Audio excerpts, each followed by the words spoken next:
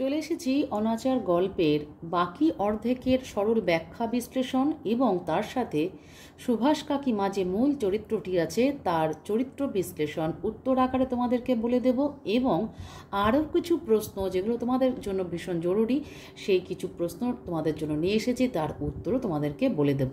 অর্থাৎ ভিডিওটি প্রথম থেকে শেষ পর্যন্ত পুরো দেখবে, যাদের প্রয়োজন তারা অবশ্যই সাবস্ক্রাইব করবে এবং লাইক, কমেন্ট এবং শেয়ার করতেও ভুলবে না। তাহলে আমি পড়া শুরু করছি এবং প্রশ্ন উত্তরের পর্ব সাথে সাথে তোমাদের কাছে নিয়ে আসছি, সুতরাং মন দিয়ে শোনো। দেখো, আমরা যতটা পড়েছিলাম তারপর থেকে হচ্ছে একটা অসহায় মেয়ে মানুষ যে নিজের জোরে দাঁড়িয়ে থাকবে, স্বামী অনাসক্ত হয়ে গেছে বুঝেও ভেঙে পড়বে না, সব সময় হেসে কথা কইবে লোকের সঙ্গে, এটা সত্যি বড় দৃষ্টিকটু, কিন্তু সে তো তবু সহ্যের সীমানায় ছিল। আর আজ যা জানা গেল এ যে সহ্যের অতীত।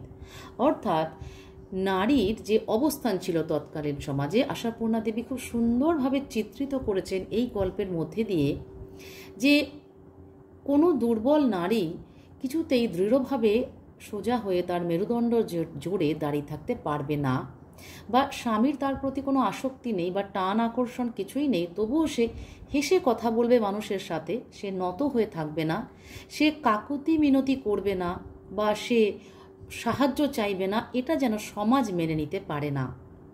এবং তবুও এটা মেনে নিয়েছিল, কিন্তু আজ যা জানা গেল সেটা যেন কেউ সহ্যই করতে পারছে না, সেটা সহ্যের সমস্ত রকম সীমানা পার করেছে। আজ যা জানা গেল সেটা হচ্ছে এই, গিরিন ঠাকুরদার মৃতদেহ যখন পড়ে আর বাড়ি লোকের লোকারণ্য, তখন সুভাষ কাকিমা পাড়ার সমস্ত মান্যগণ্য ভদ্রলোকদের সামনে একখানা খামের চিঠি ফেলে দিয়ে মৃদু কণ্ঠে বললেন, এই নিন, এই চিঠি পড়ুন, পড়ে আমার কি কর্তব্য আদেশ দিন, যদি কোনো প্রায়শ্চিত্তের দরকার থাকে তার ব্যবস্থাও করে দেবেন। অর্থাৎ গিরিন ঠাকুরদার অর্থাৎ সুভাষ কাকিমার শ্বশুর মশাইয়ের মৃতদেহ বাড়িতে পড়ে রয়েছে এবং পাড়ার সমস্ত গণ্যমান্য প্রবীণ ব্যক্তিরা সেই বাড়িতে উপস্থিত। এবং সুভাষ কাকিমা কী করলেন, একটা চিঠি বার করে দিলেন এবং সবাইকে সবার সামনে পড়তে বললেন এবং কি কর্তব্য, তার এখন কি করণীয় সেটা তিনি জানতে চাইলেন এবং আগাম বলে দিলেন যদি কোনো প্রায়শ্চিত্তের বিধান দেওয়ার দরকার হয় তাহলে সেটাও করে দিতে পারেন, তাহলে সেটা সে পালন করবে। অর্থাৎ তিনি এমন কিছু অপরাধ করেছেন বলে নিজেই মনে করছেন যার প্রায়শ্চিত্তের প্রয়োজন আছে। এক পাশে দাঁড়িয়ে আমিও দেখছিলাম সব, অর্থাৎ গল্পকথক সেইখানে উপস্থিত ছিলেন এবং সব কিছুই দেখছিলেন। প্রবীণেরা সকৌতলে চিঠি কুড়িয়ে নিলেন, এই ভেবে যে গিরিন ঠাকুরদার হয়তো লুকোনো টাকা কড়ি কিছু ছিল সেই সংক্রান্ত কোনো লেখাপড়া। অর্থাৎ তারা ভাবতেই পারছিলেন না যে এরকম কোনো ঘটনা ঘটতে পারে বা এরকম কোনো খবর শুনতে পারে। তারা কি ভাবছে যে এমন কোনো চিঠি খুঁজে পেয়েছে সুভাষ কাকিমা যার মধ্যে কোনো টাকা পয়সা বা লুকোনো কোনো কিছু টাকা কড়ির খবর লেখাপড়া করা রয়েছে, সেই চিঠি তিনি বার করে দিয়েছেন।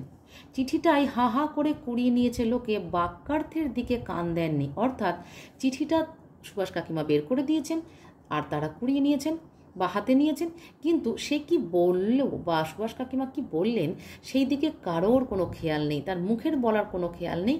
হাতের কাজটা কি হলো, চিঠিটা তিনি দিচ্ছেন আর সবাই সেটা নিয়েও নিল, গ্রহণও করলো। মুখ ছেঁড়া খাম, অর্থাৎ সেটা পুরনো বলেই ধরে নেওয়া যেতে পারে বা সুভাষ কাকিমা নিজেই খামের মুখটা ছিঁড়েছিল। পুরনো চিঠি বার করতে যতগুলো সম্ভব মাথা তার উপরে ঝুঁকে পড়লো, কিন্তু একই চিঠি না জ্বলন্ত আংড়া, আংড়া মানে জ্বলন্ত কয়লা বা অঙ্গার। অর্থাৎ সেটা চিঠি নয়, সেটা যেন জ্বলন্ত কয়লা বা অঙ্গার। অর্থাৎ তার মধ্যে প্রচণ্ড আগুন, প্রচণ্ড হিট, তাতে সব পুড়ে টুড়ে ছাড়খাড় হয়ে যাবে, এরকম একটা ব্যাপার। চিঠিগুলোর ওপর সব মাথাগুলো ঝুঁকে পড়েছে, সবাই পড়তে চাইছে।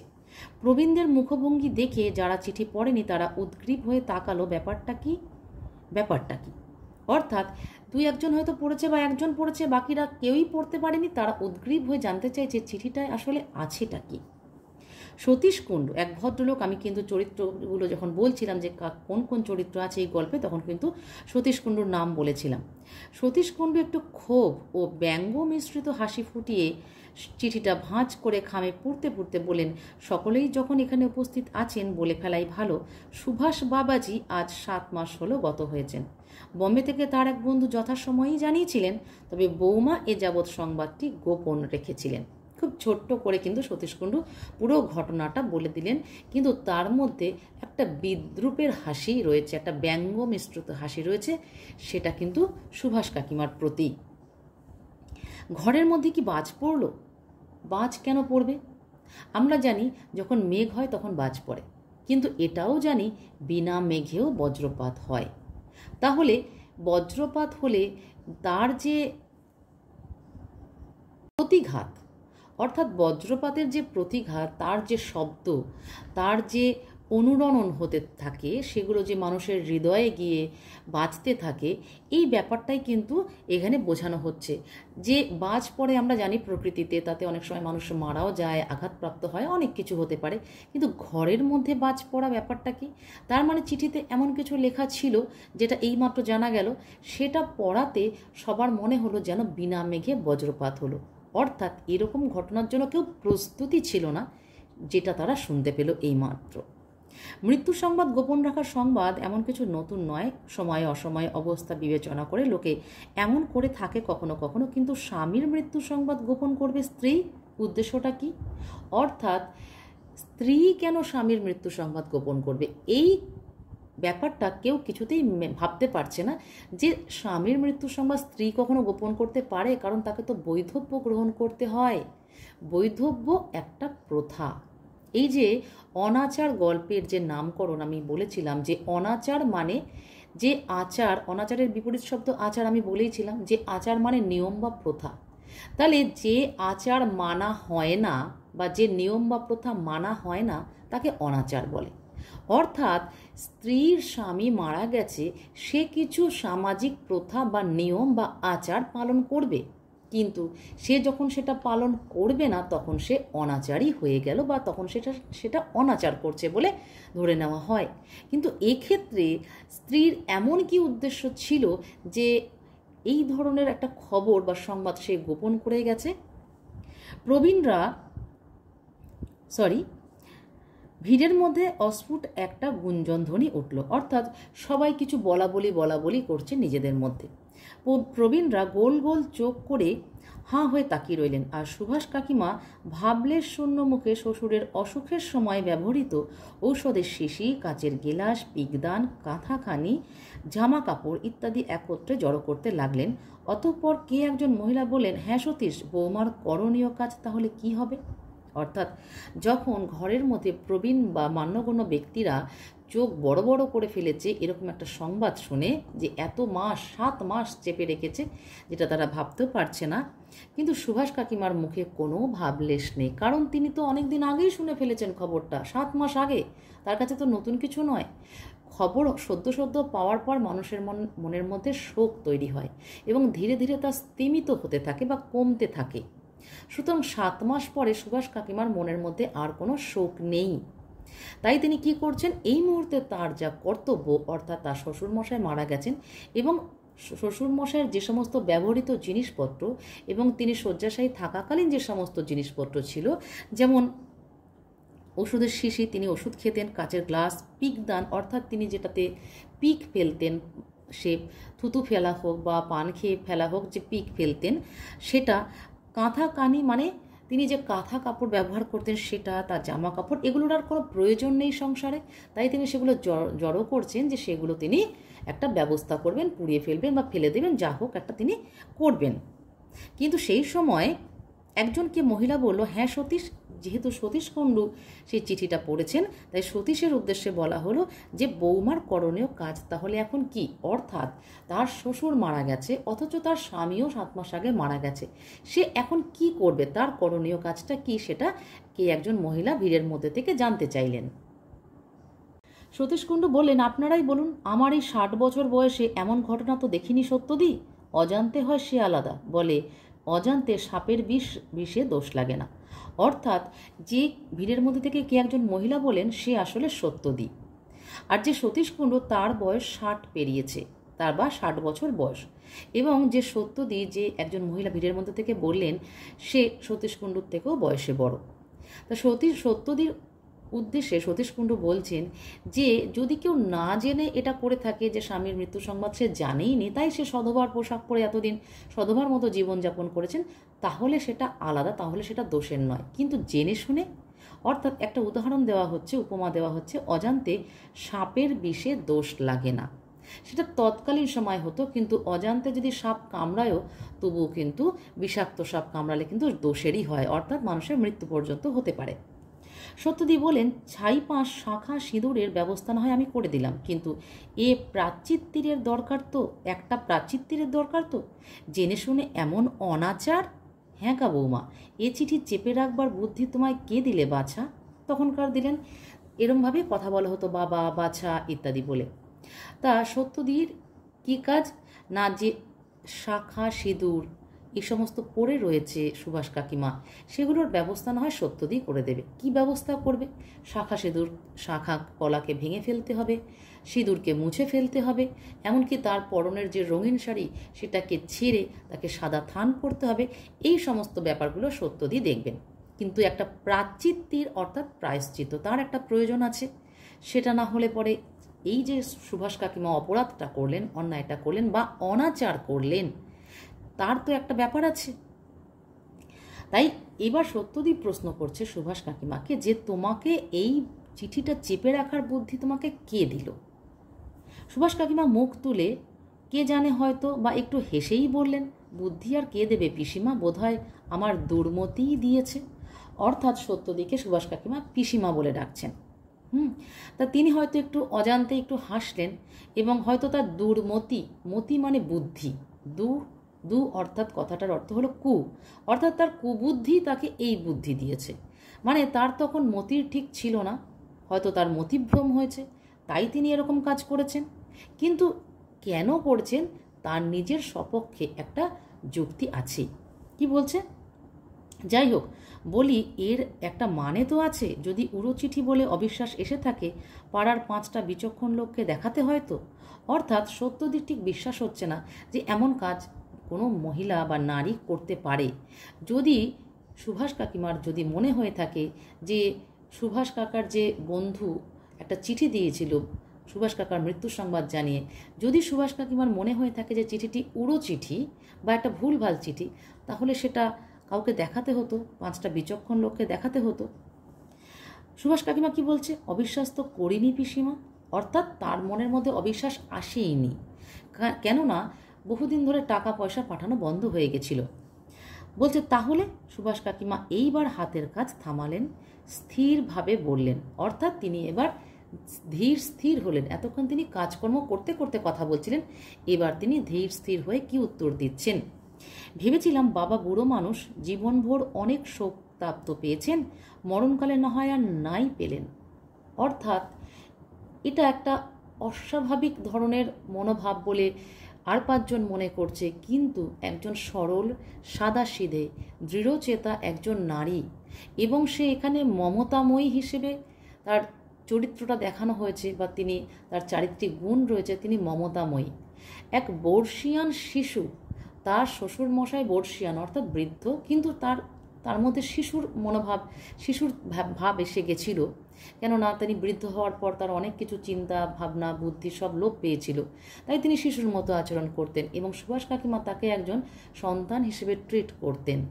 অর্থাৎ তাকে তিনি আর কষ্ট দিতে চাননি, যে তিনি 5টি সন্তানের মৃত্যু শোক পেয়েছেন, আবার তিনি তার শেষ সন্তান অর্থাৎ সুভাষ বা ছোট সন্তানের যে মৃত্যু শোক তিনি পাবেন, এটা সুভাষ কাকিমা দিতে চাননি। এবং এটা শুনে সত্যদি কি বলছেন, এইটাই কি আর একটা সহজ মানুষের মতো কাজ হলো বাছা?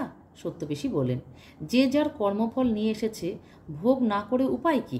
এই যে তুমি 6 মাস ধরে জেনে শুনে তার ভিটেয়ে বসে বিধবা হয়ে সধবার আচরণ করলে, তাতেই কি আর ভালো করলে? এতে তার আত্মার অসদ্গতি হবে না? যাক, এখন ভট্টাচার্যকে ডাকো, কি বলে সে দেখি। নারায়ণ নারায়ণ। অর্থাৎ সুভাষ কাকিমা তার পক্ষে একটা যুক্তি দেখিয়েছেন এবং সে যুক্তিটা তিনি অনেস্টলি মেনেছেন এবং বলেছেন, তার মধ্যে কোনো মিথ্যাচার নেই। কিন্তু সমাজ তাকে দাগিয়ে দিচ্ছে অনাচারী বলে। সেই জন্য সত্যপিসির কথা যে গিরিনখুড়ো যদি এত শোকতাপে জর্জরিত হয়ে থাকেন তো সে তার কর্মফল, কিন্তু যার যার কর্মফল তাকে তাকে তো ভোগ করতেই হবে, এ তো কারোর কিছু করার নেই। কিন্তু সুভাষ কাকিমা যেটা করেছে, জেনে শুনে অপরাধ করেছে, যে তার স্বামীর মৃত্যু সংবাদ শুনেও সে বিধবা হয়েও সধবার আচরণ করেছে। তাই তিনি ভট্টাচার্যকে ডাকতে বলছেন, যদি কোনো প্রায়শ্চিত্তের বিধান বা নিয়ম করে দিতে পারেন। তারপর তিনি নারায়ণ নারায়ণ বলছেন, অর্থাৎ দেবতার নাম করতে করতে তিনি বেরিয়ে যাচ্ছেন। ভট্টাচার্য নারায়ণ নারায়ণ করতে করতে এলেন, শুনেছেন, শুনে এসেছেন তো সব। তিনি বিধান দিলেন, যেহেতু গিরিন ঠাকুরদার শ্বশুর, সেই হেতু তাঁর শেষকৃত্যের সঙ্গে সঙ্গে পুত্রবধূর বৈধব্য সাজ গ্রহণ দৃষ্টিকটু। অতএব মৃতদেহ বার করার আগেই সুভাষ কাকিমার শেষকৃত্য করে দেওয়া হোক। খুব ভালো করে এই জায়গাটা বুঝতে হবে। দেখো, আমাদের সমাজে প্রথা আছে যে স্বামীর মৃত্যু হলে পরে তাকে যতক্ষণ না দাহ করা হচ্ছে ততক্ষণ তার শাখা পলা ভাঙা হবে না, সিঁদুর মোছা হবে না, তাকে সাদা থান পরানো হবে না। যখনই তার দেহটা পুড়িয়ে ফেলা হলো, দাহ হয়ে গেল, তখন তার নতুন সাজ তিনি গ্রহণ করবেন স্নান করে। কিন্তু এক্ষেত্রে সুভাষ কাকিমার শ্বশুর মারা গেছেন, সুতরাং শ্বশুর মশাইকে দাহ করার পর যদি তিনি বৈধব্য সাজ গ্রহণ করেন তাহলে এটা হয়ে যাচ্ছে সম্পূর্ণ একটা অন্য ব্যাপার, সেটা দৃষ্টিকটু। সুভাষ কাকিমার স্বামী তো আর গিরিনখুড়ো নয়, সে তিনি শ্বশুর, পিতৃতুল্য। স্বামীর মৃত্যুর পর তিনি বৈধব্য সাজ গ্রহণ করবেন, শ্বশুরের মৃত্যুর পর নয়। সেই হেতু তিনি এই ভট্টাচার্য কি রায় দিলেন, বললেন যে মানে গিরিনখুড়োর দেহ দাহ করার আগেই তাকে বৈধব্য সাজ গ্রহণ করতে হবে। ঠিক আছে, তাহলে আর ব্যাপারটা দৃষ্টিকটু হলো না। আমার মনে হয় আমি তোমাদেরকে পরিষ্কার বোঝাতে পেরেছি। সুভাষ কাকিমা বললেন, আমার সঙ্গে কি আপনারা কেউ যাবেন পিসিমা, না আমি একা গেলে চলবে? অর্থাৎ তিনি তো একাই এতদিন সংসার করেছেন, তিনি একা চলতে ফিরতে পারেন। তিনি তরুণী, তার মনের জোর আছে, তার মেরুদণ্ড সোজা, তিনি নৈতিক অনৈতিক বোধ তার আছে, সুতরাং তিনি একলাই যথেষ্ট, একলাই 100। সত্যপিসি গম্ভীর বদনে বললেন, তোমার অবশ্যই কোনো সাহায্যের দরকার নেই দেখছি, তবে আমার তো একটা কর্তব্য আছে। সেই 18 বছর বয়স থেকে এই কাজে চুল পাকালাম। নাও চলো। থাক থাক, গামছা কাপড় কিছু নেবার দরকার নেই। নাও দিনেশ, তোমরা ততক্ষণে এদিককার গোছগাছ করো।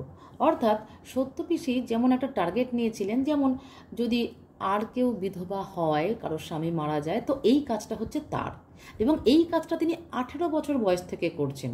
ধরে নেওয়া যেতে পারে তিনি হয়তো 18 বছরের আগেই নিজেও বিধবা হয়েছেন, তাই এই কাজের দায়িত্ব তার কাঁধে পড়েছে সেই 18 বছর বয়স থেকে। যাই হোক, সেটা অবশ্য অন্য প্রসঙ্গ। কিন্তু এই যে সুভাষ কাকিমার কোনো সাহায্যের প্রয়োজন নেই, এটা আবার সত্যপিসি মেনে নিতে পারলেন না। তার খুব আত্মসম্মানে ঘা লাগলো। কিন্তু তার নিজের একটা সামাজিক দায়িত্ব বা সামাজিক কর্তব্য বোধে তিনি এই কথা বললেন যে গামছা কাপড় নেওয়ার দরকার নেই। কিন্তু দীনেশ যে কিছুক্ষণ আগে যে গল্পগত কথা বলেছিল দীনেশের সাথে, তাকে বলেন যে তোমরা এদিককার গোছগাছ করো। অর্থাৎ গিরিন ঠাকুরদার বা গিরিনখুড়োর একটা যে দাহ করার ব্যাপার, সেগুলো সব গোছগাছ করতে বলছে। এত বড় একটা কাণ্ডে সুভাষ কাকিমা তাকে কাঁদবার কোনো সুযোগ দিলেন না দেখে বোধহয় চটে গেলেন সত্যপিসি। এটা তিনি লেখিকা আশাপূর্ণা দেবী তিনি বলছেন বোধহয় চটে গেলেন সত্যপিসি। অর্থাৎ সত্যপিসি ভেবেছিলেন যে এত বড় একটা ঘটনা, অর্থাৎ গিরিনখুড়ো মারা যাবে, তার বয়স হয়েছে, তিনি শোকে তাপে জর্জরিত, এটা স্বাভাবিক। কিন্তু সুভাষ একটা অল্প বয়সী একটা ছেলে, সে মারা গেছে, অর্থাৎ শোক করার সময়, কান্নাকাটি করার সময় তিনি ভেবেছিলেন যে তিনি জোর গলায় একটু কাঁদবেন, কিন্তু সত্যপিসিকে কাঁদবার সুযোগই দিল না। কারণ যার স্বামী মারা গেছে সেই তো কাঁদছে না, তাহলে এরকম আলটপকা সত্যপিসি কাঁদবেন কি করে? যাই হোক, এসব হলো সকালের কথা, রবিবার বলেই আমি ছিলাম। এই যে গল্পকথক মনতোষ কিন্তু এখানে বলছি, এই যে রবিবার যে দিনটা সে বাড়িতে ছিল, সেই দিন সকালেই কিন্তু সমস্ত ঘটনা ঘটে গেছে। এখন বাড়ির বিপরীত মুখে চলতে চলতে কোনো আত্মার দ্বারা চালিত হয়ে কিনা কে জানে গেলাম গিরিন ঠাকুরদারই বাড়িতে। রাত হয়ে গেছে, সে কথা আগে খেয়াল হয়নি। খেয়াল হলো সুভাষ কাকিমার দরজায় এসে। অর্থাৎ দৃশ্যটা কীরকম ছিল? কথক মনতোষ সে অবেলায় বেরিয়েছিল, বেরিয়ে এসে ওই যে একটা রোয়াকে দীনেশ দীনেশ মানে রায়, সুরেন সরকার এদের সঙ্গে দেখা হয়েছিল। তারপর যে আবার সে বাড়ি ফিরে আসছিল, কিন্তু বাড়ি ফিরতে গিয়েও আর বাড়ি ফেরা হলো না, আবার সে বাড়ির বিপরীত দিকে চলতে শুরু করলো। কিন্তু এখানে বলছেন তিনি যে বলা যায় না কোনো আত্মার দ্বারা চালিত কিনা, কেননা ওই যে রোয়াকে বসে যারা ছিল তারা বলেছিল মৃত্যুর পর 3 দিন 3 রাত্রি আত্মা থাকে সেখানে। এটা তিনি কিন্তু একটু ঠাট্টা বা বিদ্রুপ করেই বলছেন। কোথায় তিনি গেলেন না গিরিন ঠাকুরদারই বাড়িতে। একদম খেয়াল কখন হলো যে তিনি গিরিন ঠাকুরদার বাড়িতে গেছেন, যখন দেখলেন তিনি সুভাষ কাকিমার প্রায় বাড়ির দরজার কাছে এসে গেছেন। ইতস্তত করে চলেই আসছিলাম, হঠাৎ দেখলাম পঞ্চাকলুর ছোট মেয়েটা বেরিয়ে এসে বলল, দাদাবাবু এসে ফিরে যাচ্ছেন যে? কাকিমা শুধালো, কিছু দরকার আছে? অর্থাৎ কাকিমাও, সুভাষ কাকিমাও দেখেছে যে মনতোষ এসেছে, এবং পঞ্চাকলুর মেয়ে নন্দী সেও দেখেছে যে ওই মনতোষ এসেছে। তা মনতোষ আবার দেখতে পায়নি, খেয়াল করেনি, কিন্তু পঞ্চাকলুর মেয়ে যখন এসে বলল যে কাকিমা শুধালো মানে জিজ্ঞাসা করলো তার কি কোনো দরকার আছে? বললাম না, এমনি দেখতে এসেছিলাম। তুই এখানে রাত্রিরে থাকবি বুঝি? হ্যাঁ দাদাবাবু, মা পেইঠে দিল। বললে, বুড়ো তো মলো, বামুন দিদি একা একা থাকবে, নন্দী তুই যা, আত্মীয়টুকু থাকবে। অর্থাৎ যখন কথক বলল না এমনি এসেছিলাম, এবং জানতে চাইলো যে পঞ্চাকলুর মেয়ে নন্দী সেখানে থাকবে কিনা, তা এটা হচ্ছে গ্রাম্য ভাষা যে হ্যাঁ দাদাবাবু, মা পেইঠে দিল মানে পাঠিয়ে দিল। বলল, বুড়ো তো মলো মানে মরলো, বামুন দিদি একা থাকবে, নন্দী তুই যা, আত্মীরটুকু থাকে। আত্মীর মানে রাত্রির, অর্থাৎ রাত্রিটুকু সে একা যাতে না থাকে তার সঙ্গে থাকতে বলল। পাড়ার আর কেউ নেই? মনতোষের প্রশ্ন। না তো। কথার মাঝখানে সুভাষ কাকিমা বেরিয়ে এলেন, অর্থাৎ সুভাষ কাকিমা দৃশ্যে ছিলেন না, তিনি বেরিয়ে এলেন। এবার জ্যোৎস্নার আবছা আলোয় সাজসজ্জার পরিবর্তন বিশেষ কিছু বোঝা যাচ্ছে না তাই রক্ষে। অর্থাৎ জ্যোৎস্নার যে একটা আলো আধারী একটা পরিবেশ, সেখানে কিন্তু ভালো করে বোঝা যাচ্ছে না যে সুভাষ কাকিমার পরনে কি পোশাক আছে, সাদা থান না রঙিন। তাই তিনি বলছেন সাজসজ্জার পরিবর্তন তিনি বুঝতে পারলেন না। সুভাষ কাকিমা আমার চাইতে বয়সে বড় নয়, নিজের কাকিও নয়, তাই প্রণাম কখনো করিনি, অতএব ন যজৌ ন তস্থৌ ভাবে দাঁড়িয়ে রইলাম। এটা কিন্তু 2023-এ এখান থেকেই প্রশ্নটা এসেছিল। তাহলে তিনি এখানে কি ব্যাখ্যা করছেন? তিনি গ্রামের প্রথা অনুযায়ী বড়দের পায়ে হাত দিয়ে প্রণাম করে। যেহেতু সুভাষ কাকিমা বলছে, অর্থাৎ তিনি প্রণম্য, কাকিমা মাতৃস্থানীয়া। কিন্তু মনতোষ বা কল্পকথক বলছেন যে সুভাষ কাকিমা তার চাইতে বড় নয়, আবার নিজের কাকিও নয়, তাহলে প্রণামের প্রশ্ন আসছে কোথা থেকে? অতএব ন যজৌ ন তস্থভাবে দাঁড়িয়ে রইলাম। এখানে এই যে ন যজৌ ন তস্থ, এইটার মানেটা কি? এটার মানে কিন্তু প্রশ্নের আসতে পারে এবং তার উত্তরও লিখতে হতে পারে। এই যে অংশটুকু লেখক বা আশাপূর্ণা দেবী কোথা থেকে নিয়েছেন? মহাকবি কালিদাস রচিত কুমার সম্ভব, যে কুমার সম্ভব মহাকাব্য আছে, তার 5ম সর্গ থেকে তিনি এই অংশটি তুলে নিয়েছেন। সেখানে কেন বলা হয়েছে ন যজৌ ন তস্থ? অর্থাৎ সেই 5ম সর্গে কি আছে তার আগে বলে দিই যে কুমার সম্ভব, কুমার মানে কার্তিক, কার্তিককে এখানে কুমার বলা হয়েছে। সম্ভব মানে জন্ম, মানে কার্তিকের জন্ম বৃত্তান্ত রয়েছে এই কুমার সম্ভব মহাকাব্যে। এবং তার যে 5ম সর্গটা রয়েছে সেখানে কি ব্যাখ্যা দিচ্ছেন মহাকবি কালিদাস? তিনি বলছেন যে পার্বতী বা উমা মহাদেব দেবাদিদেব মহাদেবকে স্বামী হিসেবে পাওয়ার জন্য তপস্যা করছেন, এবং সেই তপস্যা করতে করতে স্বয়ং মহাদেব তরুণ ব্রহ্মচারীর ছদ্মবেশে তার সামনে এসে দাঁড়ান, এবং তিনি পার্বতীকে বা উমাকে পরীক্ষা করবার জন্য শিবের নিন্দা করতে শুরু করেন বিভিন্নভাবে। যে ভূত প্রেতনি থাকে, শ্মশানে থাকে, ষাঁড়ের পিঠে চড়ে, বাঘছাল পরে, গায়ে ছাই মাখা, ভস্ম মাখা ইত্যাদি নিন্দা। তা পার্বতী সহ্য করতে করতে যখন আর সহ্য করতে পারছেন না, তিনি জাস্ট পাটা তুলেছেন, ফিরে চলে যাবেন বলে সেখান থেকে পাটা তুলেছেন, সেই সময় মহাদেব দর্শন দিলেন। তিনি তার রূপ ধারণ করলেন এবং পার্বতীকে দর্শন দিলেন। এবং ওই যে দর্শন, তাকে দর্শন করে পার্বতী ওই ঠিক সেই মুহূর্ত আগেই যে পাটা তুলেছিলেন, যে ওখান থেকে তিনি সরে যাবেন, ওই যে পাটা তুলেছিলেন ওই অবস্থাতেই রয়ে গেলেন। তিনি নড়তেও পারলেন না, অর্থাৎ তিনি পিছিয়েও গেলেন না, তিনি এগিয়েও গেলেন না। কিছুই করতে পারলেন না, সেটাকে বলা হচ্ছে ন যজৌ ন তস্তৌ, অর্থাৎ এগিয়েও গেলেন না, পিছিয়েও এলেন না। সেই প্রসঙ্গটা টেনে কিন্তু এখানে আশাপূর্ণা দেবী এই কথাটি এখানে ব্যবহার করেছেন। বললেন, মনতোষ না এ সময় এদিকে, অর্থাৎ সুভাষ কাকিমা মনতোষকে দেখে প্রশ্ন করছেন যে এই সময় এদিকে কেন। মনতোষ বলছেন যে ভাবলাম আপনার একটা খবর।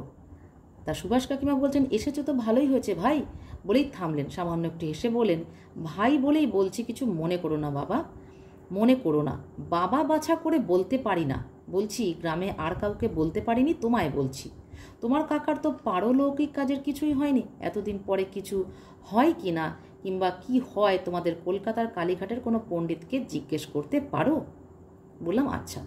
অর্থাৎ সুভাষ কাকিমা নিজেও জানে যে মনতোষের বা কথকের সে নিজের কাকিমা নয়, বয়সে বড়ও নয়, তাই সে যেমন মা কাকিমারা যেমন বাবা বাছা বলে কথা বলে, সুভাষ কাকিমার বাবা বাছা বলে কথা বলার কোনো প্রশ্নই নেই, যেহেতু সে বয়সে বড়। এবার সুভাষ কাকিমা বলছেন যে গ্রামের কাউকে তিনি কথা বলতে পারেননি যে বৈধব্য শাস্ত্র তিনি গ্রহণ করেছেন, কিন্তু পারলৌকিক ক্রিয়া অর্থাৎ মৃত্যুর পর যে শ্রাদ্ধাদি করা হয়, যে অনুষ্ঠান করা হয়, শ্রাদ্ধানুষ্ঠান করা হয় এবং তার আত্মার শান্তি কামনা করে বিভিন্ন রকম যে অনুষ্ঠান আছে সেটা যে করা হয় সেটা তিনি করেননি। তা সেরকম কোনো বিধান কি আছে যে এতদিন পরে কি কিছু করা যায়? তাই কলকাতার কালীঘাটের পণ্ডিতদের জিজ্ঞাসা করতে বললেন মনতোষকে। বললাম আচ্ছা, আর শোনো, ওই সঙ্গে আমার কোনো প্রায়শ্চিত্তের ব্যবস্থা যদি দেন, অর্থাৎ তিনি যে অপরাধ করেছেন, তিনি যে অন্যায় করেছেন, সর্বোপরি তিনি যে অনাচার করেছেন, তিনি যে সামাজিক প্রথা বা নিয়ম ভঙ্গ করেছেন, তার জন্য তার একটা শাস্তির বিধান আছে। তাই তিনি সেটা নিজেই মাথা পেতে চাইছেন যে এরকম কোনো শাস্তির বিধান আছে কি, যদি করে দেন, বলে দেন, তাহলে খুব ভালো হয়। আমি ক্রুদ্ধ স্বরে বললাম, কেন, আপনার আবার প্রায়শ্চিত্ত কিসের? মস্ত একটা পাপ তো করলাম এতদিন ধরে, বিধবা হয়ে জেনে শুনে সে খবর চেপে রেখে সধবার আচরণ করা। হিন্দু ধর্ম কি এতটা অনাচারের ভার সইতে পারবে? অর্থাৎ কথক কিন্তু রেগে গেলেন এই কথাটা শুনে। তিনি কিন্তু বিদ্রুপ করলেন না বা ব্যঙ্গ করলেন না, তিনি কিন্তু প্রশ্ন করলেন যে আপনার আবার প্রায়শ্চিত্ত কিসের? অর্থাৎ তার তো প্রায়শ্চিত্তের কোনো প্রয়োজন নেই। মনতোষের দৃষ্টিভঙ্গিতে সুভাষ কাকিমা কোনো অপরাধ বা অন্যায় করেনি, কিন্তু সুভাষ কাকিমার অপরাধ বোধ আছে বা অনাচার বোধ আছে। হিন্দু শাস্ত্র অনুসারে বা হিন্দু ধর্ম অনুসারে যেটা করার নিয়ম সেটা তিনি করেননি, সেটা তিনি উল্লঙ্ঘন করেছেন। তাই এতটা অনাচারের ভার হিন্দু ধর্ম কি সইতে পারবে? এটা সুভাষ কাকিমার হিন্দু ধর্মের প্রতি প্রশ্ন, যে তার কি মত, তারা মানে হিন্দু ধর্ম কি বলবে, কিভাবে ব্যাখ্যা করবে এটাকে। এটাকে তো পাপ বলেই ব্যাখ্যা করবে, সেই পাপের ভার কি নিতে পারবে? তার মানে সুভাষ কাকিমার এটা একটা অনুভূতি হচ্ছে যে আমি অত বড় পাপ করেছি যার ফলে হিন্দু ধর্ম এই ভার নিতে পারবে না। আমি গম্ভীরভাবে প্রশ্ন করলাম, পাপ বলে নিজে স্বীকার করেন আপনি? সুভাষ কাকিমার উত্তর, করেছি বই কি ভাই, হাজার হোক হিন্দুরই মেয়ে তো, কিন্তু সঙ্গে সঙ্গে পুণ্যের লোভটাও মস্ত হয়ে উঠেছিল। ভাবলাম বুড়ো মানুষকে এই শেষ জীবনে আর মরার ওপর খানার ঘা দিই কেন, ওকে পুত্রশোকের হাত থেকে রক্ষা করতে তো আমিই পারি, দেখি না ভগবানের ওপর কলম চালিয়ে। তাই রাবণ রাজার মতো নিজের মৃত্যুবান প্রাণপণ যত্নে লুকিয়ে তুলে রাখলাম। অর্থাৎ যখন কথকের প্রশ্ন যে পাপ বলে কি আপনি নিজে মনে করেন, যদি নিজে মনে না করেন এক কথা, যদি মনে করেন তো আরেক কথা, কিন্তু সুভাষ কাকিমা মনে করেন যে এটা তিনি পাপ করেছেন বা অনাচার করেছেন, কিন্তু এটাও বলছেন যে পুণ্যের লোভটাও আমার কাছে মস্ত হয়ে উঠেছিল। অর্থাৎ তিনি আদৌ কি পুণ্য লাভ করতে কাজটা করেছিলেন, না তিনি তার দায় মনে করেছেন যে এই মানুষটাকে আর শোক আর কষ্ট নাই বা দিলেন, না দিলেই বা কি যায় আসে, তার সন্তান তো চলেই গেছে বহুদিন আগে বোম্বেতে, খোঁজ নেয় না, খবর নেয় না, কয়েক মাস চিঠি চাপাটি চলেছিল, তারপর থেকে তার কোনো খবর নেই। এই কষ্টেই তো তার বাবা শেষ, তার মৃত্যুর সংবাদ দিয়ে আর শেষ হওয়া মানুষটাকে আর শেষ করে কী লাভ? এটা তো তার দয়া মায়া বা সহানুভূতি ভালোবাসা সব কিছুরই প্রকাশ। এটা কি শুধুমাত্রই পুণ্যের লোভের জন্য করেছেন? মোটেই তা নয়। বলছেন দেখি না ভগবানের ওপর কলম চালিয়ে, অর্থাৎ ভগবান মানে বিধাতা। বিধাতা তিনি লিখেছিলেন যে তিনি এই শোক পাবেন, কিন্তু একটা শোক থেকে সুভাষ কাকিমা বাঁচিয়ে দিলেন, অর্থাৎ তিনি ভগবানের কাজের ওপর কলম চালালেন। ঠিক আছে? তাই কি বলছেন, কিসের সঙ্গে তুলনা করছেন? রাবণ রাজার মতো নিজের মৃত্যুবান প্রাণপণে যত্নে লুকিয়ে তুলে রাখলাম। অর্থাৎ রাবণ রাজার এখানে একটা ছোট্ট ইতিহাস আছে, পুরাণে কথিত আছে যে রাবণ ব্রহ্মার কাছে তপস্যা করেছিলেন যে অমর তিনি থাকবেন, কিন্তু কোনো মানে দেবতা ছাড়া আর কাউকে কখনো মহাদেব বা ব্রহ্মা বা বিষ্ণু এরা কখনোই এই বর দেননি যে তারা অমর থাকবেন। তাদের মৃত্যুর একটা উপায় বলে দিতেন। তা সেই ব্রহ্মাস্ত্র তিনি দান করেছিলেন রাবণকে, যেটা তিনি লুকিয়ে রেখেছিলেন সযত্নে, কারণ ওই ব্রহ্মাস্ত্রেই তার মৃত্যু হবে। তিনি সযত্নে লুকিয়ে রেখেছিলেন যাতে কেউ সেটা সন্ধান না পায়। কিন্তু হনুমান, রামভক্ত যে হনুমান, বীর হনুমান, সে কিন্তু ঠিক ছলে বলে কৌশলে মন্দোদরীর থেকে, রাবণের স্ত্রী মন্দোদরীর থেকে সেই ব্রহ্মাস্ত্রের খবরটা পেয়ে যায় এবং সেটা নিয়ে তিনি, ওই বীর হনুমান, তিনি চলে আসেন রামের কাছে। অর্থাৎ মৃত্যুবান আলটিমেটলি কিন্তু লুকিয়ে রাখা যায় না, যেটা সুভাষ কাকিমা নিজে করেছেন, লুকিয়ে রাখেননি, কিন্তু রাবণ নিজে না চাইলেও আলটিমেটলি তিনিও লুকিয়ে রাখতে পারেননি। রাগ করে বললাম, তা যথাসময়ে তো আবার নিজে হাতেই বার করে দিয়েছেন। এতদিনের যন্ত্রণার কথা থাক, আজকের লাঞ্ছনাতেও কি আপনার পাপের প্রায়শ্চিত্ত হয়নি? অর্থাৎ তিনি লুকিয়ে রেখেছিলেন, তিনিই আবার বার করে দিয়েছিলেন। তা এতদিন যে যন্ত্রণাটা তিনি একা ভোগ করেছেন, স্বামীর মৃত্যুর যে যন্ত্রণা, যে শোক, যে কষ্ট, যে দুঃখ, তিনি একা সয়েছেন। আজকে তার উপর আরও লাঞ্ছনা তার প্রাপ্তি হলো। কাদের থেকে? সমাজ থেকে। তাহলে এটাও কি তার মরার ওপর খাড়ার ঘা নয়?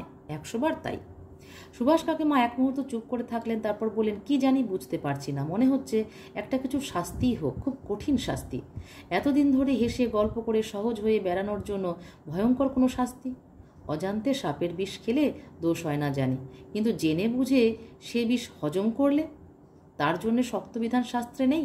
অর্থাৎ সুভাষ কাকিমার প্রশ্ন যে তিনি চাইছেন মনে প্রাণে যে হ্যাঁ, এটা আমি পাপ বলে মনে করি, অর্থাৎ এর শাস্তি হওয়াটা জরুরি। তার জন্য একটা শাস্ত্রে তো একটা বিধান থাকবেই।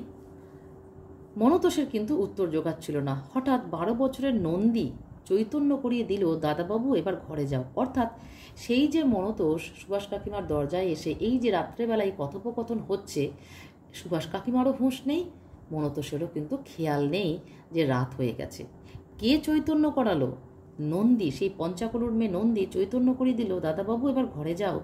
গা ঘরের নোখ তো ভালো নয়, নোখ অর্থাৎ লোক, কোথায় আনাজ কানাজ দেখবে আর কুচ্ছ রটাবে। আত হয়েছে তো।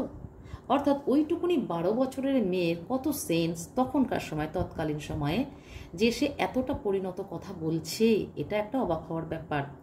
অর্থাৎ নন্দী বুঝতে পেরেছে যে গা ঘরের নোক, অর্থাৎ গ্রামে গঞ্জের লোকজন ভালো নয়। কেন? যদি আনাজ কানাজ থেকে, মানে লুকিয়ে চুরিয়ে এদিক ওদিক থেকে কেউ দেখে যে সদ্য তার শ্বশুর মারা গেছে, তার স্বামী 7 মাস আগে মারা গেছে, সে আরেকটি পুরুষ মানুষের সাথে, এখানে কিন্তু কথক হিসেবে আমি শব্দটা ব্যবহার করছি না, একজন পুরুষের সাথে কথা বলছে, এটা অনৈতিক বলে বিবেচনা করবে সমাজ। তাকে আরও দাগিয়ে দেবে যে সে পাপাচারী। অনাচারী তো সে ছিলই, সে পাপাচারী, অর্থাৎ দ্বিচারিণী, বা তার মধ্যে সে অসৎ, ইত্যাদি ইত্যাদি। আত হয়েছে মানে রাত হয়েছে, কুচ্ছ রটাবে মানে কুৎসা রটাবে, অর্থাৎ নিন্দা রটাবে। কথাটা বড় নিদারুণ সত্যি। হ্যাঁ, নিদারুণ সত্যি, অর্থাৎ ভয়ঙ্কর রকমের সত্যি। সেটা মনতোষ জানে, সুভাষ কাকিমাও জানে।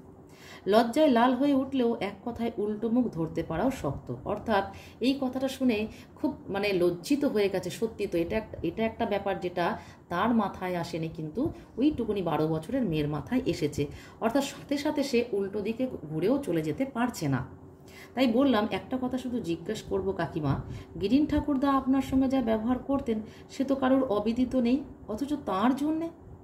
তাই মনতোষের মনে প্রশ্ন এসেছে, যে গিরিন খুড়ো বা গিরিন ঠাকুরদা এত বাজে ব্যবহার করতেন সুভাষ কাকিমার সাথে, লাঠি নিয়ে তেড়ে যেতেন, সাবু বার্লির কাঁসার বাটি ছুঁড়ে মারতেন, সেই মানুষের জন্য তিনি এত কষ্ট সহ্য করলেন এবং গ্রামের মানুষকে বললেন না, যখন বললেন তারা প্রায়শ্চিত্ত করতে বলছে। তার মানে এই পুরো ঘটনাটা শুধুমাত্র সেই শ্বশুরমশাইয়ের জন্য। এবার সুভাষ কাকিমা কি বলছেন, এটা কি একটা কথা হলো মনতোষ? কাকিমা হেসে ফেললেন। উনি রাগের মাথায় যখন তখন আমার মাথা লক্ষ্য করে লাঠি নিয়ে তেড়ে আসতেন বলে আমি জেনে বুঝে ওর মাথায় লাঠি বসানোর ভারটা নেব? মাথায় লাঠি বসানোর ভার অর্থাৎ তাকে শোক দেওয়া, তাকে দুঃখ যন্ত্রণা দেওয়া, ঠিক না? কারণ তিনি তো মরেই ছিলেন, তাহলে মরার পর খাড়ার ঘা তিনি দেবেন কি করে? অর্থাৎ এই যে শ্বশুর মশাই তাকে লাঠি নিয়ে তেড়ে যেতেন, তাকে নানান রকম বাজে কথা বলতেন বা বাটি ছুঁড়ে মারতেন ইত্যাদি ইত্যাদি করতেন, সেগুলো অবশ্যই অত্যাচার, কিন্তু তিনি না বুঝে করতেন, অবুঝ হয়ে করতেন, শোকে তাপে জর্জরিত হয়ে করতেন। কিন্তু যে সজ্ঞানে রয়েছে তরুণী পুত্রবধূ, সে তো সজ্ঞানে রয়েছে, সে তো অল্প বয়স, তার বিবেচনা বোধ আছে, তিনি ধীর স্থির, সে ন্যায় অন্যায় বোঝে। তাহলে যে বর্ষিয়ান শিশু সন্তানের মতো যে তার শ্বশুর মশাই, তাকে তিনি জেনে বুঝে দুঃখ দিতে পারেন না, এটাই তার নৈতিকতা। কিন্তু লোকে কি এর মর্ম বুঝলো? অর্থাৎ মনতোষের একটা গভীর প্রশ্ন, লোকে তো এর মর্ম বুঝলো না, সবাই তাকে অসৎ, খারাপ, এই সমস্ত অনাচারী, এই সমস্ত বলে তাকে দাগিয়ে দিল। লোকের বোঝাটাই তো শেষ কথা নয় ভাই। আচ্ছা, আরেকটি শেষ কথা, কিছুতেই এ সন্দেহকে দূর করতে পারছি না, ভাবছি কি করে পারলেন। এই যে সুভাষ কাকিমার একটাই কথা যে লোকের মর্ম বোঝেনি, ঠিক কথা, কিন্তু লোকের বোঝাটাই তো শেষ কথা নয়, তার তো একটা অন্তরাত্মা আছে, তার একটা মন আছে, সেখানে তার শ্বশুরমশাইয়ের প্রতি তার শ্রদ্ধা আছে, ভালোবাসা আছে, এগুলোর মূল্য নেই? অবশ্যই এগুলোর মূল্য আছে।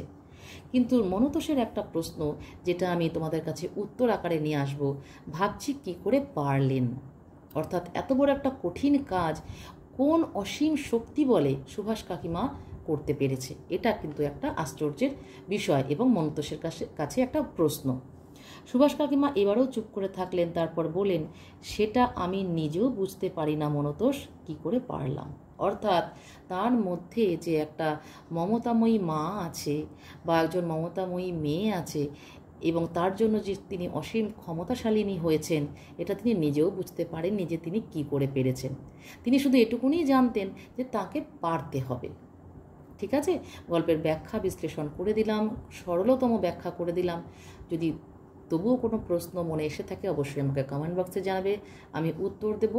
এবার আমি তোমাদেরকে এই গল্পেরই কিছু প্রশ্ন এবং উত্তর বলে দেবো, যেগুলো তোমাদের বিশেষভাবে প্রয়োজনে লাগবে। চলে এলাম গল্পের প্রশ্ন উত্তর পর্বে। আমি প্রথমেই বলেছিলাম যে অর্ধেকটুকু ব্যাখ্যা বিশ্লেষণ সরলভাবে করে দেওয়ার পর আমি কিন্তু তার প্রশ্ন উত্তর নিয়ে আসব। গত ভিডিওতে আমি অনাচার গল্পের নামকরণের সার্থকতা বলেছি, কিন্তু এই গল্পে মানে এই পর্বে আমি বাকি প্রশ্ন উত্তরগুলো তোমাদের সামনে নিয়ে এসেছি, যার মধ্যে প্রথম প্রশ্ন হচ্ছে গল্পের মূল চরিত্রের চরিত্র বিশ্লেষণ। আমি পয়েন্ট ওয়াইজ বলবো, তোমরা খুব মন দিয়ে শুনে সেটাকে নোট ডাউন করবে, বা যদি মনে করো এগুলো তোমাদের কাছে অত্যন্ত গুরুত্বপূর্ণ, তোমরা মনে রাখতে পারো, তাহলে সেভাবেও তোমরা সেগুলোকে রাখতে পারো স্মৃতিতে।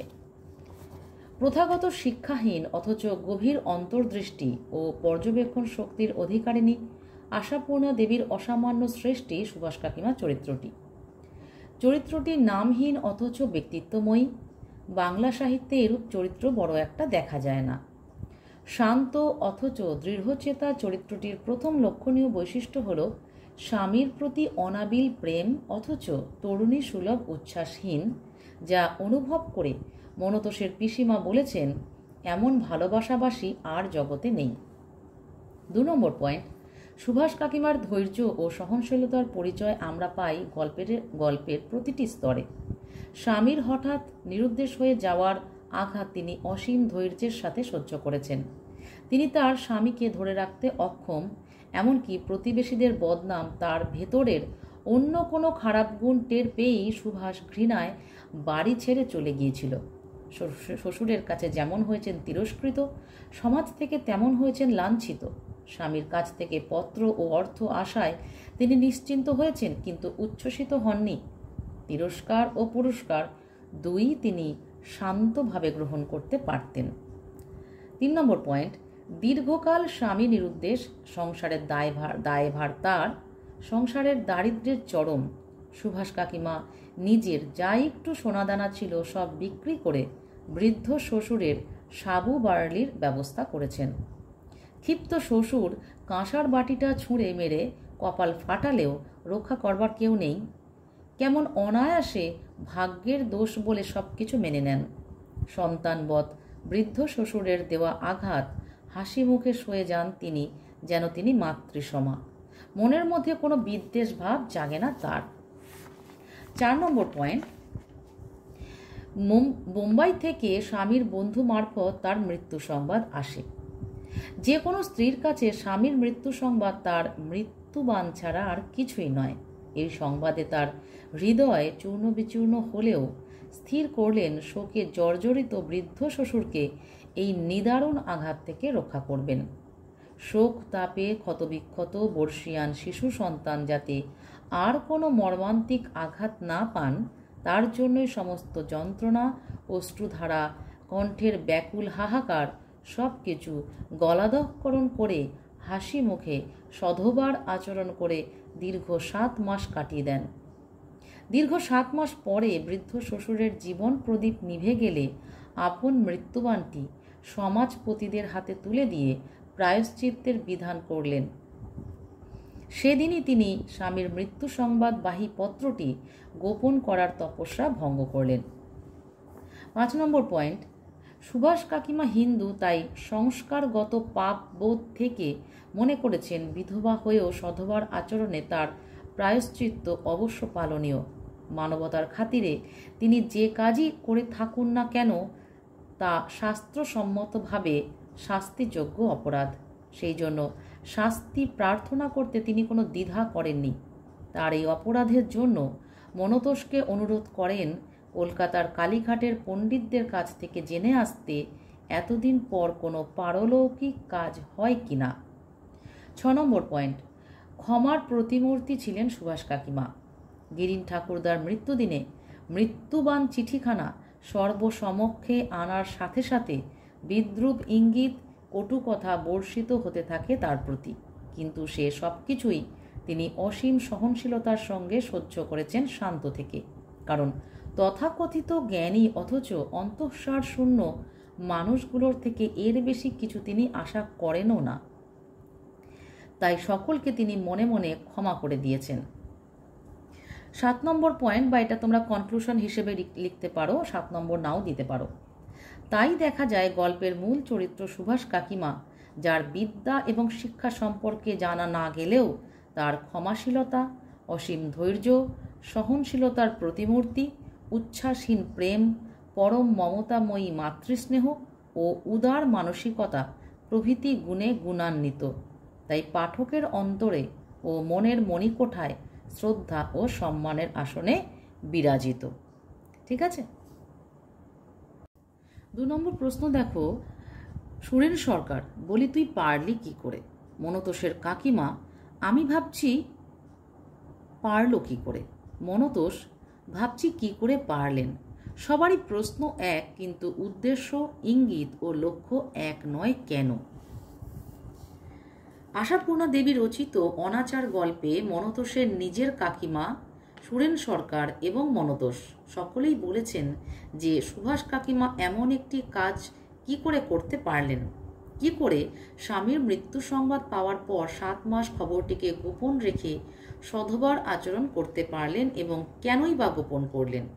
কিন্তু 3 জনের প্রশ্নের দৃষ্টিভঙ্গি 3 রকম, যদিও প্রশ্নটি ছিল প্রত্যেকেরই এক। মনতোষের নিজের কাকিমা নিষ্ঠুর চিত্তে বলেছেন যে বিধবা হয়েও গিরিন খুড়োর সামনে সধবার আচরণ প্রাণ ছিঁড়ে কেন গেল না তার। তিনি আশ্চর্যান্বিত হয়েছেন। তার মনে ধরা দিয়েছে নিজ আকাঙ্ক্ষার বশে, অর্থাৎ মাছ খাওয়া, রঙিন শাড়ি পরা, এইসব জৈবিক তাড়নায় সুভাষ কাকিমা এমনটি করতে পেরেছেন। এমনকি মনতোষের পিসিমাও অশ্লীল ইঙ্গিত করতেও ছাড়েননি। তারা কেউই সুভাষ কাকিমার জায়গায় নিজেকে রেখে একবারও বিচার করেননি। সুরেন সরকারও একই ভাবনায় ভাবিত হয়ে বিদ্রূপের সাথে সুভাষ কাকিমার বিচার করেছেন। তার মনে হয়েছে শ্বশুরের জন্য আত্মত্যাগ আসলে ছেলে ভোলানো কথা। দীনেশ রায় তো সে কথা শুনে তৎক্ষণাৎ অসৎ মেয়ে বলে দাগিয়ে দিলেন। এরা প্রত্যেকেই নিজেদের মানসিক গঠনের দিক দিয়ে সুভাষ কাকিমার বিচার করেছেন। যথার্থ অর্থেই শিক্ষিত মনতোষ ভেবেছে এত বড় আত্মত্যাগ করবার শক্তি বা মনের জোর সুভাষ কাকিমা পেলেন কোথায়। স্বামীর মৃত্যু সংবাদে শোকাহতা হয়ে নিজের মনের অসহ্য ব্যথা কষ্ট চেপে রেখে শুধুমাত্র শ্বশুরমশাইয়ের দিকে চেয়ে 7টা মাস বিধবা হয়েও সধবার আচরণ করতে হয়েছে। চোখের জলকে হাসিতে পরিণত করতে হয়েছে জোর করে। এ যেন এক তপস্যা, বৃদ্ধ যেন কোনোভাবেই না জানতে পারে। 5 সন্তানের মৃত্যু সহ্য করে কোনো রকমে বেঁচেছিল গিরিনখুড়ো। তারপরেই কনিষ্ঠ সন্তানের মৃত্যু। সুভাষ কাকিমা আর কষ্ট দিতে চাননি বর্ষিয়ান শিশু সন্তানকে। এমন দুঃসহ যন্ত্রণা, বিভিন্ন প্রতিকূলতার সম্মুখীন অসহায় এক তরুণীর একক সংগ্রাম তারপর 7 মাস অতিক্রান্ত করেছে একমাত্র অসীম মনের জোরে। প্রথম দুজনের ভাবনা এক, অর্থাৎ সুভাষ কাকিমা দ্বিচারিণী, অনাচার করেছে সে, সামাজিক প্রথা বা নিয়ম ভঙ্গ করেছে সে। কিন্তু মনতোষের ভাবনার মধ্যে যথার্থই শিক্ষিত মনের পরিচয় পাওয়া যায়। তার দৃষ্টিতে সুভাষ কাকিমা একজন মহীয়সী নারী এবং আত্মত্যাগের জ্বলন্ত দৃষ্টান্ত। অর্থাৎ আলোচ্য অংশটিতে সকলের প্রশ্ন এক হলেও উদ্দেশ্য, ইঙ্গিত ও লক্ষ্য এক নয়। এবার চলে এলাম 3 নম্বর প্রশ্নে। দেখো, ন যজৌ ন তস্থ কোন গল্পে কোন প্রসঙ্গে এসেছে? এখানে টোটাল 5টা প্রশ্ন আছে, খুব মন দিয়ে শুনবে। টু দি পয়েন্ট আনসার করতে হবে এখানে, কারণ আনসারগুলো যে খুব বেশি বড় হবে তা নয়, কিন্তু মন দিয়ে শুনবে। আলোচ্য অংশটি আশাপূর্ণা দেবী রচিত অনাচার গল্প থেকে গৃহীত। প্রসঙ্গ কি? গল্পের গল্পকথক গ্রামের সংস্কারমুক্ত শিক্ষিত তরুণ মনতোষ গল্পের মূল চরিত্র সুভাষ কাকিমার বাড়িতে গিয়েছিল সন্ধ্যের সময়, যেদিন ঘটনাটি ঘটে, অর্থাৎ সুভাষ কাকিমার শ্বশুরমশাই মারা যান। সুভাষ কাকিমা মনতোষের নিজের কাকিমা নয় এবং তার থেকে বয়সে বড়ও নয়, তাই তাকে সে প্রণাম করতে পারে না। কিন্তু সুভাষ কাকিমার সাথে দেখা হওয়ার পর কি করবে, কি বলবে বা কি করা উচিত ভেবে পায় না। সে এগিয়েও যেতে পারে না, আবার পিছিয়ে আসতেও পারে না। সে কিংকর্তব্য বিমূঢ় হয়ে দাঁড়িয়ে থাকে। এই স্থিতাবস্থা প্রসঙ্গেই আলোচ্য উক্তিটি করা হয়েছে। এবার বলছে 2 নম্বর, কথাটির অর্থ কি? ন যজৌ ন তস্থ কথাটির অর্থ হলো এগিয়েও গেল না, আবার পিছিয়েও এলো না, এমন একটা অনড় অচল অবস্থা। কথাটির মূল উৎস কোথায়? কথাটির মূল উৎস মহাকবি কালিদাস রচিত কুমার সম্ভব কাব্যে। উক্ত কাব্যের 5ম সর্গের একটি শ্লোকের 4র্থ চরণের অংশবিশেষ। উদ্ধৃত অংশটি কৈলাসপতির কন্যা উমা বা পার্বতীর ন যজৌ ন তস্থ অবস্থা হয়েছিল দেবাদিদেব মহাদেবকে দর্শন করে। তিনি এগিয়ে যেতেও পারেননি, আবার পিছিয়ে আসতেও পারেননি, একটা অচল অনড় অবস্থায় দাঁড়িয়েছিলেন।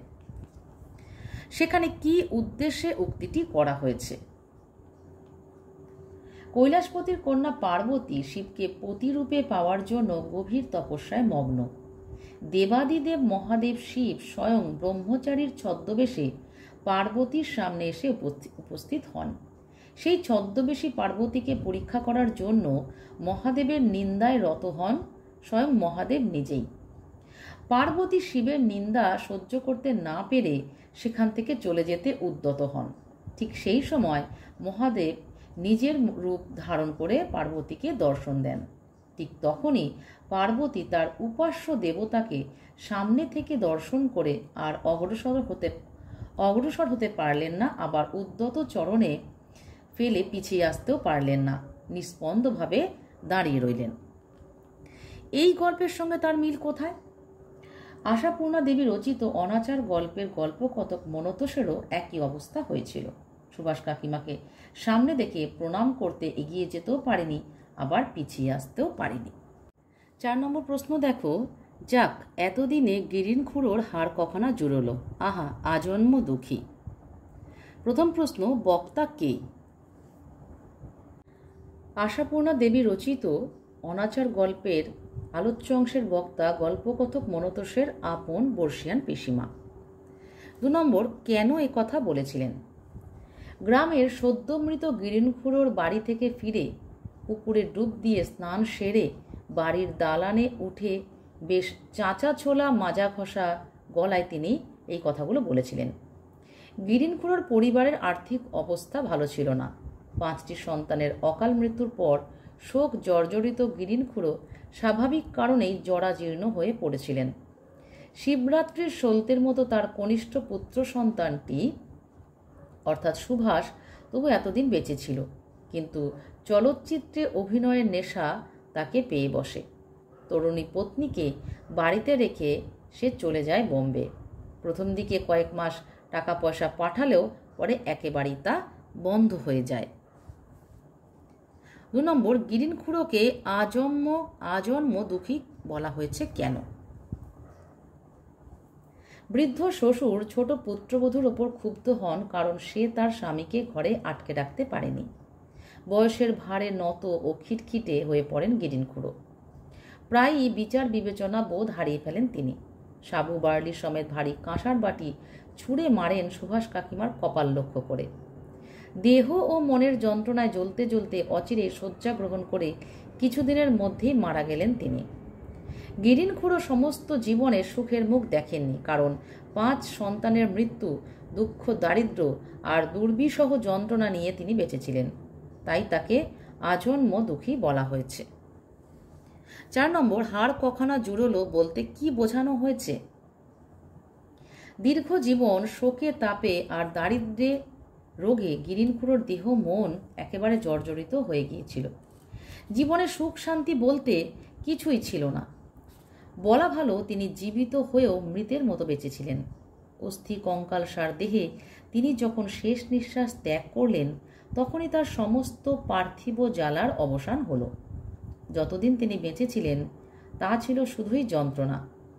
মৃত্যু এসে শান্তি বাড়ি সিঞ্চন করে তাকে শীতলতা দান করল। অর্থাৎ দীর্ঘকাল ধরে গিরিনখুড়ো জীবনের জ্বালা সয়ে এসেছিলেন, তার অবসান হলো। চিতার বহ্নি শিখায় সমস্ত জ্বালার সমাপ্তি ঘটল। এই অর্থেই বলা হয়েছে হাড় কখানা জুড়লো। ঠিক আছে? যদি কোনো মনে প্রশ্ন থেকে থাকে অবশ্যই আমাকে কমেন্ট বক্সে জানাবে, আর ভিডিওটা যথেষ্ট শেয়ার করবে। যারা এখনও সাবস্ক্রাইব করনি তারা অবশ্যই সাবস্ক্রাইব করে দেবে।